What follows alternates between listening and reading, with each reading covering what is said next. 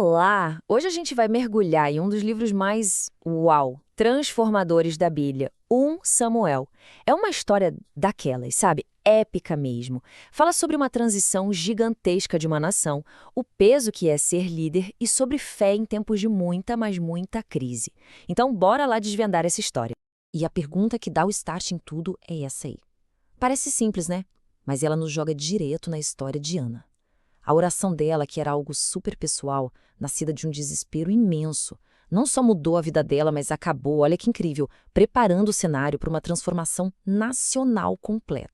Então, nossa primeira parte foca justamente nisso. O fim de uma era meio caótica, sabe? E a chegada milagrosa de Samuel, o homem que ia mudar as regras do jogo. Samuel, ele é essa figura central. Ele é literalmente a ponte entre dois mundos. Ele nasce daquela oração cheia de fé da mãe dele, a Ana, e se torna o elo entre a era dos juízes e a era dos reis. A história dele mostra de um jeito muito claro como Deus pode pegar o sofrimento de uma pessoa e transformar isso em bênçãos para um povo inteiro. E essa frase aqui, essa frase define quem era Samuel. A marca registrada dele era essa, uma disposição incrível para ouvir atentamente a Deus.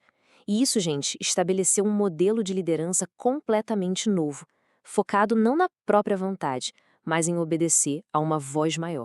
O exemplo do Samuel já deixa essa reflexão no ar pra gente, né? E é a transição perfeita para o que vem a seguir. Porque o povo decidiu que queria um líder bem diferente, um que se parecesse menos com Samuel, e bem, mais com os reis que eles viam nas nações vizinhas.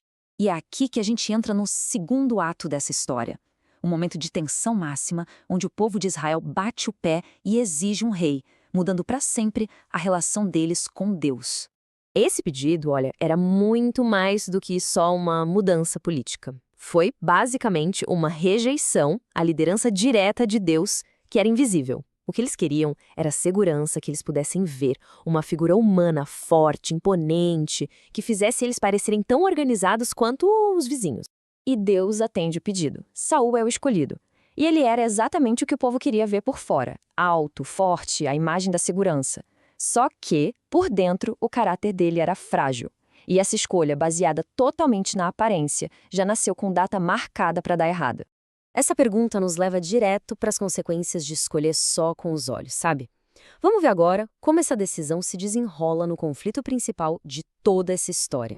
Agora a gente chega no coração da narrativa, aquele contraste gritante entre dois reis, Saul e Davi. Duas formas de liderar que são, assim, o oposto uma da outra. A diferença entre os dois é fundamental. De um lado, você tem o rei que foi escolhido pelo que se via por fora, pela casca.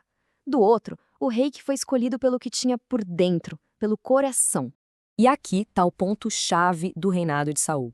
O problema dele não era ser um rebelde declarado. Era que ele tentava, digamos, dar um jeitinho nas ordens de Deus, sempre justificando o que fazia. Essa incapacidade de obedecer por completo, de confiar de verdade, foi o que levou à rejeição dele. É uma lição bem forte, né? E essa reflexão nos convida a dar uma olhada para dentro. O que motiva a gente? Não só os grandes líderes, mas as nossas escolhas do dia a dia. A gente busca aplausos ou busca um propósito maior? Com a falha de Saul, a história vira a página e o foco agora é a ascensão de Davi. E a gente vai ver como o caráter dele foi forjado no fogo, num período de perseguição e conflito intensos. E essa cena, gente, é cheia de suspense. Imagina só, Samuel, o grande profeta, olhando um por um os filhos fortes, bonitos de Jessé e Deus dizendo não para todos eles. A escolha de Deus quebra todas as expectativas humanas. Ele não queria o soldado, queria o pastor de ovelhas que estava esquecido lá no campo. E é nessas horas que o caráter de Davi brilha. Mesmo sendo caçado injustamente pelo rei Saul, ele mostra uma honra, uma paciência inacreditável. Ele se recusa a tomar o poder à força e decide esperar o tempo de Deus. O exemplo de Davi nos desafia a pensar em como a gente reage quando enfrenta um conflito. Sabe, é um chamado para a gente se perguntar se as nossas ações são movidas pelo impulso de revidar ou pela confiança de que existe um plano maior acontecendo.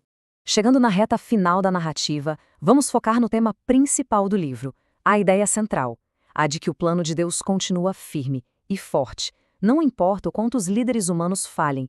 O fim de Saul é bem trágico. A história dele fecha um ciclo de rebeldia, Mas, ao mesmo tempo, a queda dele abre a porta para o que Deus já tinha planejado lá na frente. Então, se a gente pudesse resumir numa frase, seria essa: a história não é só sobre o fracasso de um rei.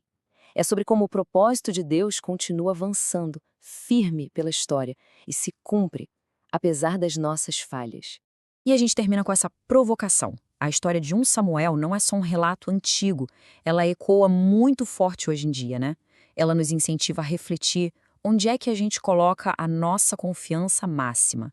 Fica aí o convite para a gente aplicar essas lições que são atemporais no nosso próprio contexto.